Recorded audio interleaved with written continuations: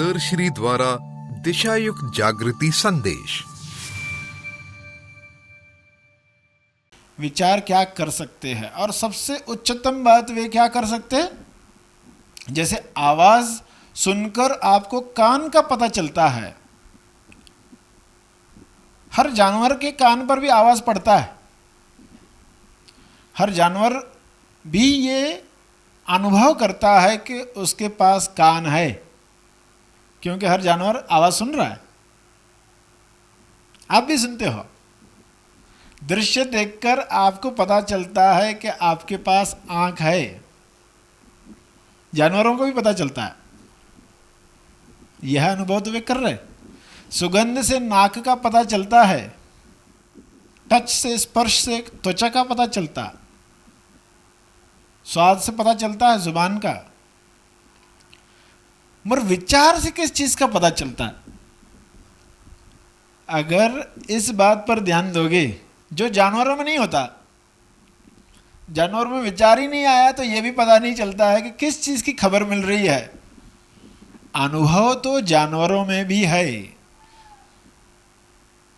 सत्य तो सभी के अंदर है, हर जीव में है। जो कहा गया ना ईश्वर सभी के अंदर है, तो क्यों कहा गया है? अनुभव तो हर चीज में चल रहा है, एहसास तो हर एक के अंदर चल रहा है, मगर पता कैसे चले?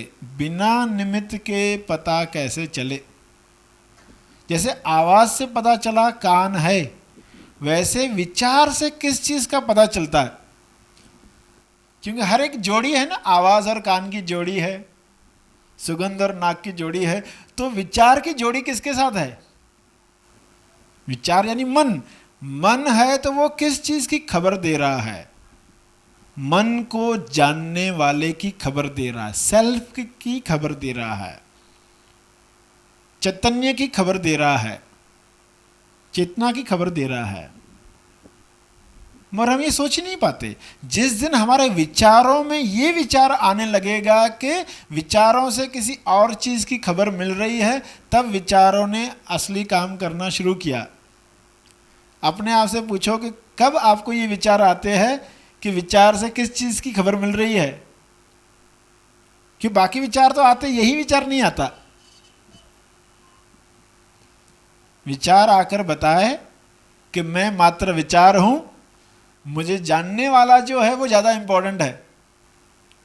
विचार ही आकर ये खबर दे। आवाज जो कान पर पड़े वो आके खबर दे कि मुझे जानने वाला जो कान है वो ज्यादा इंपॉर्टेंट है। ऐसी आवाज कान पर पड़ती है ना आपके?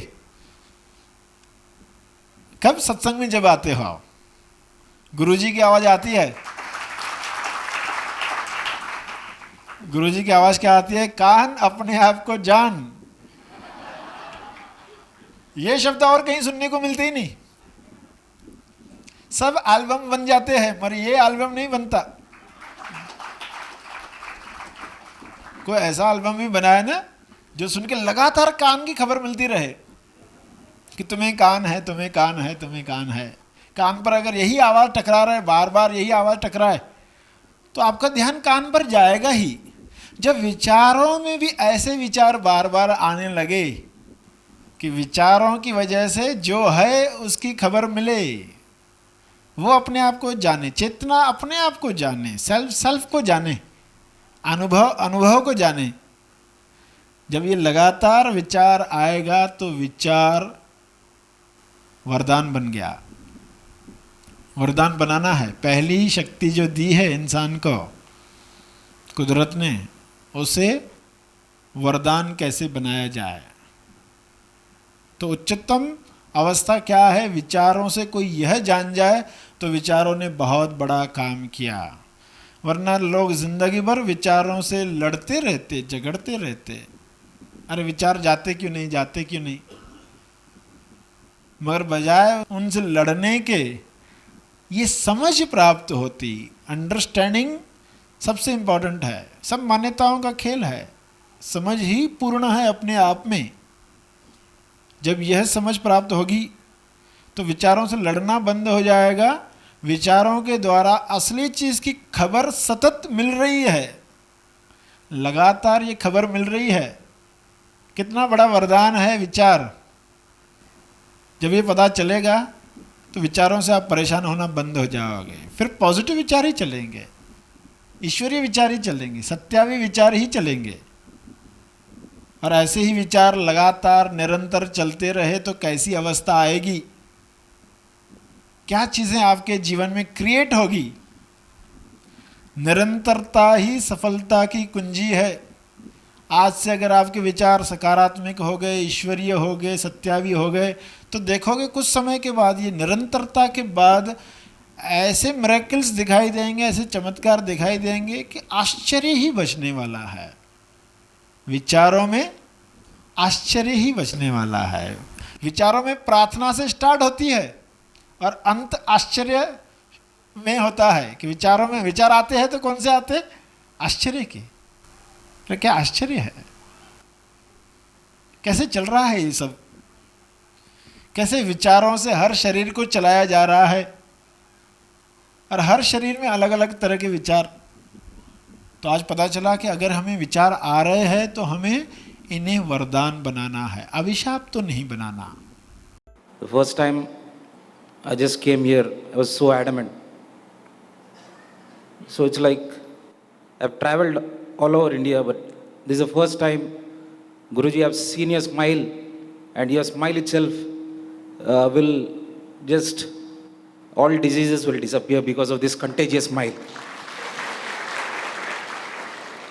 And there are certain things which are illogical, as you said, Guruji, that's real. Because there's one patient in Omkareshwar, he was paralyzed. So he was asking for help. I mean, it was through some God's consciousness or something, I went there. And I was supposed to give treatment for them. So it's like, Ishwar is going to give treatment, not me. So all of a sudden, he was paralyzed for the past 6 years. So we had to collect all the medicine in Kerala and some other parts of India as well. So we gave medicine for him. Within a span of, he was a head priest of Omkareshwar Mandir. So within a span of 1.5 months, he was able to move his left hand, and he is almost 80% okay right now. So I felt, what is this? There must be something eternal beyond science as well. So just I got to know this is from after coming to this Shibir, I got to know there's something illogical and it's beyond science. And after I've really experienced eternal bliss. You say, and first time there's nothing in my mind. So the first time I'm shivering to say something. Thank you. Yes. Thanks to everyone. Yes. तेज ज्ञान foundation द्वारा आयोजित और sir Shri जी की शिक्षाओं पर आधारित महा आसमानी परम ज्ञान शिविर में जरूर भाग लें।